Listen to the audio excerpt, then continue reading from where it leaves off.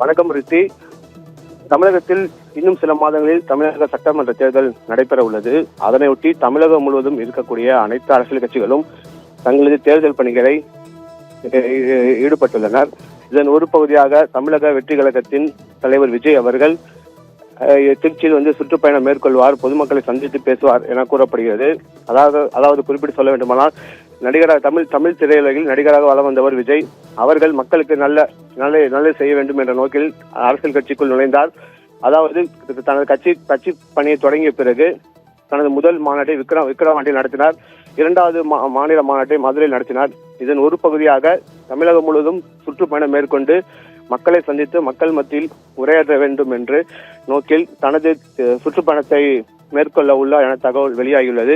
அதன் ஒரு பகுதியாக தனது சுற்றுப்பயணத்தில் முதல் பகுதியை திருச்சியிலிருந்து தலைவர் விஜய், தமிழக வெற்றிகள் தலைவர் விஜய் தொடங்குவார் என கூறப்படுகிறது. திருச்சியில் தொடங்கி மதுரையில் முடிப்பார் என கடந்த 2 நாட்களாக தகவல்கள் வெளியானது.